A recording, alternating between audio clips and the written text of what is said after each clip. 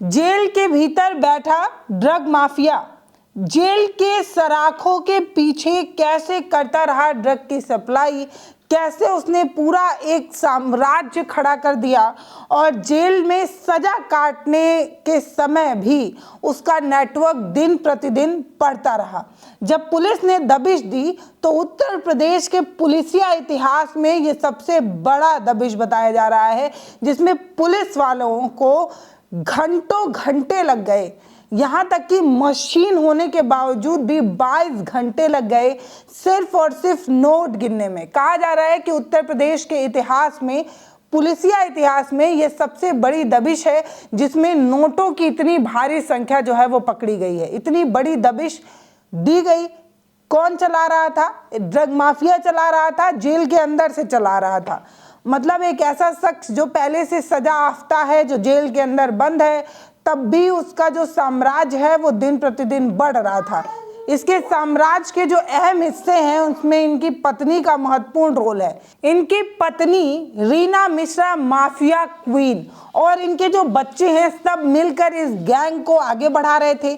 उत्तर प्रदेश से लेकर बिहार, बिहार से लेकर मध्य प्रदेश, कितनी सप्लाई आएगी, कहाँ जाएगी, किसको कितना माल बेचा जाएगा, ये सब जेल के अंदर बंद माफिया जो है वो कॉल पर बताया करता था और इनकी पत्नी और इनके बच्चे उस सब को फॉलो करते थे।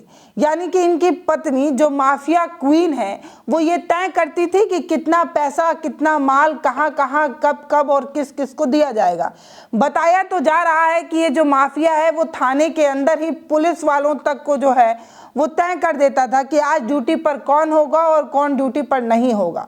तो इतने बड़े माफिया की दबिश दी गई है। ये कहानी क्या है वो आपको बताती हूँ। नाम है राजेश मिश्रा और नाम ही काफ़ी है कि प्रतापगढ़, प्रयागराज और कौशाम्बी के इलाके के लोगों की रूह कांप जाती है। ये जो शख्स है ये पहले से भी जो है वो जेल में बंद है और इसके इस तरीके की करतूत पहली नहीं है। ये पहले शराब के धंधे से शुरू करता है, उसके बाद जमीन कब्जियाने का काम करता है और अब नशे का सरगना बन गया है, नशा सप्लाई करता है।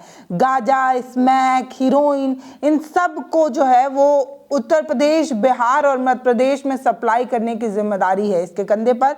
और अभी जेल के अंदर बंद है, इसके बावजूद भी इस तरीके की चीजें कर रहा है। मतलब आप ऐसे कह सकते हैं तो नशे के सबसे बड़े सरगना को उत्तर प्रदेश की पुलिस ने दबिश में जो है वो उसका जो किला था उसको ढहा दिया है।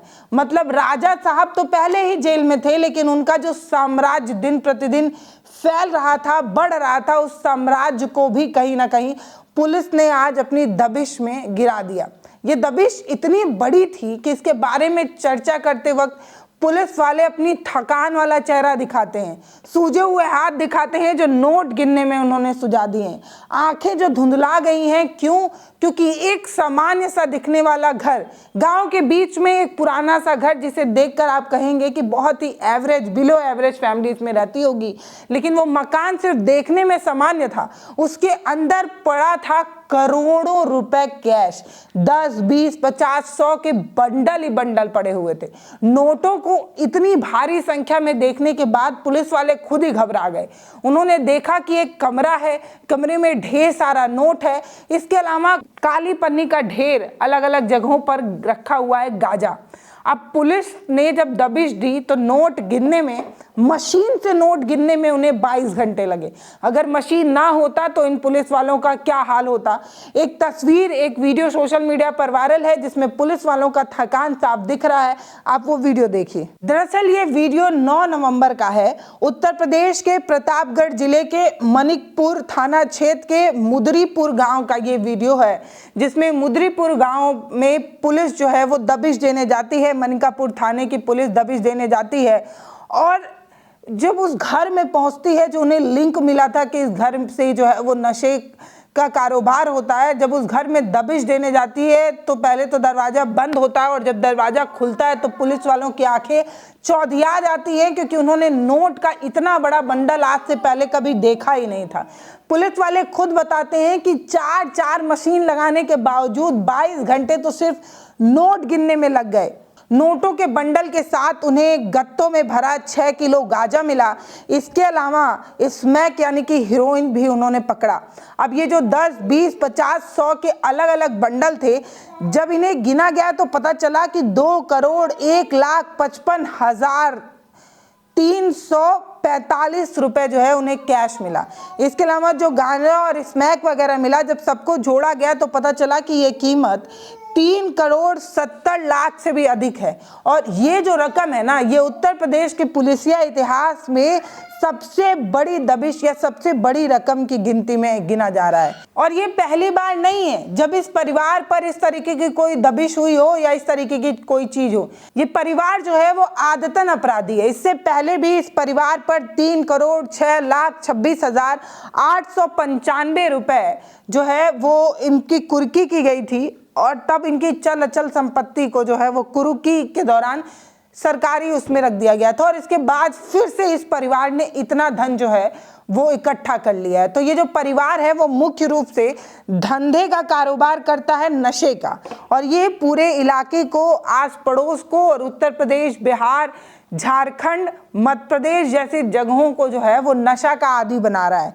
अब पुलिस ने ये जो दबिश दी है, पुलिस ने बताया कि ये तो सिर्फ ट्रेलर है, पूरी मूवी अभी बाकी है और ये जितना बड़ा भी किला हो सबको ढहा देंगे, सबको पकड़ लेंगे, इस तरीके की बात कही जा रही है। लेकिन अब आप समझिए कि एक जेल में बैठा अपराधी, एक जेल में बैठा गैंगस्टर जो अपराध का सरगना था, जिसे अपराध की वजह से ही जेल में बंद किया गया था, वो जेल में बैठे बैठे इतना बड़ा साम्राज्य खड़ा कर लेता है, इतना बड़ा धंधा चलाता है और इतने बड़े तरीके से वो ये सब कुछ कर रहा होता है। कहा जाता है कि ये जो राकेश मिश्रा है, जब इसे जेल हो जाती है तब इसकी पत्नी इसका पूरा साम्राज्य अपने कंधे पर ले लेती है और तभी से इसकी पत्नी बन जाती है रीना मिश्रा, माफिया क्वीन। और ये जो माफिया क्वीन है, इसके साथ इसके बच्चे और रिश्तेदार जो है वो इस पूरे धंधे का हिस्सा थे। इनका बेटा जो है विनायक मिश्रा, जो महज 19 साल का है, इनकी बेटी कोमल मिश्रा जो 20 साल की हैं, इनके एक रिश्तेदार हैं यश मिश्रा जो 19 साल के हैं और अजीत जो 32 साल के हैं। तो कुल मिलाकर इन पांचों को पुलिस ने जो है अपने हिरासत में ले लिया है। अब इन पर तगड़ा जो है वो चाबुक चलाया जा सकता है, इन पर तगड़ा कानूनी कार्रवाई जो है वो हो सकती है। तो रीना के साथ साथ बेटे विनायक, बेटी कोमल, रिश्तेदार यश और अजीत, इन पांचों को गिरफ्तार कर लिया गया है। अब इन पांचों को पुलिस ने अपने हिरासत में ले लिया है क्योंकि ये मध्य प्रदेश से लेकर बिहार में गांजे की सप्लाई किया करते थे, इसके अलावा हीरोइन वगैरह की सप्लाई करते थे। मतलब ये आदमी सबसे पहले शराब बेचा, उसके बाद जमीन पर कब्जा किया और अब ये गांजा वगैरह बेच रहा है।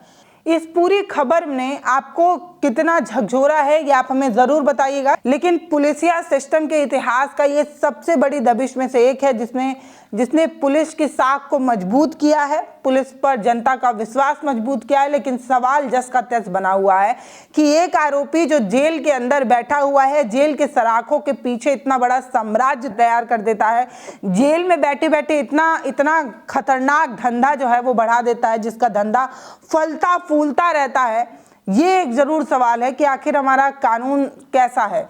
एक गरीब अगर जेल जाए तो उसके लिए वो सजा होती है, लेकिन एक पैसे वाला, एक रसूख, एक अमीरदार जब जेल जाता है तो उसके लिए वो मौज होती है, क्योंकि जेल में उसे एसी, पंखा, खाना, फोन सब मिलता है। मतलब ऐसा लगता ही नहीं है कि वो जेल में है। मतलब इसी को देख लीजिए, राजेश मिश्रा ये जेल में तो था, लेकिन जेल के अंदर रह रहकर इसने अपने साम्राज्य को 3,06,26,000 से अधिक का बढ़ा कर लिया था। तो भैया ऐसे लोग जो किसी गंभीर आरोप में जो है वो जेल जाते हैं, इनकी सबसे पहले सुविधाएं कट करनी चाहिए। इन्हें इस तरीके से फोन और ये सारी चीजें नहीं दी जानी चाहिए ताकि ये सुधर पाए, ताकि इनके साम्राज्य का किला ढह सके। अगर जेलों के अंदर ही इनका सिस्टम इतना तगड़ा चलेगा तो परिस्थितियां कैसे सुधरेंगी। ये जेल के अंदर तय करता था कि कौन सा पुलिस वाला कब ड्यूटी पर रहेगा, कौन सा पुलिस वाला ड्यूटी पर नहीं रहेगा। तो क्या पुलिसिया सिस्टम को ये अपने जेब के अंदर रखकर घूमता था? और अगर पुलिसिया सिस्टम को राकेश मिश्रा अपने जेब के अंदर रखकर घूमते थे तो इस पुलिसिया सिस्टम के बल पर हम रामराज और कानून व्यवस्था तगड़ी है इसकी बात कैसे कह पाएंगे भाई। तो राकेश मिश्रा जैसे लोग जो गैंगस्टर हैं, जो अपराधी हैं, जिन्हें सजा मिल रही है, उनको सजा सजा की तरह मिले, इस पर सोचने की जरूरत है। बाकी उत्तर प्रदेश तो योगी जी के हाथों में है, तो योगी जी इस तरीके से माफिया और बदमाशों को पहले ही उत्तर प्रदेश से भगा चुके हैं। तो राकेश मिश्रा कहाँ से पैदा हो गए और इस तरीके की चीजें वो कैसे कर रहे हैं, ये एक सवाल जरूर हो सकता है। बाकी किला ढहाने वाली बात जो पुलिस कह रही है, जिस तरीके से उत्तर प्रदेश पुलिस आज अपना सीना चौड़ा करके अपनी पीठ थपथपा रही है, उनसे एक सवाल तो ये भी है कि इतने दिनों से ये धंधा चल रहा था, अब तक कहाँ थे। फिलहाल जो आपने किया उसके लिए आपकी तारीफ तो बनती है। तो हम उत्तर प्रदेश के इस थाने के तमाम जाबाज जो सिपाही हैं उनको सलाम करते हैं, उनकी मेहनत को सलाम करते हैं। और आप हमारी वीडियोस को शेयर कर दीजिए भाई, मेहनत तो हम भी करते हैं। फिलहाल वीडियो को शेयर करिए, चैनल को सब्सक्राइब करिए। बहुत धन्यवाद।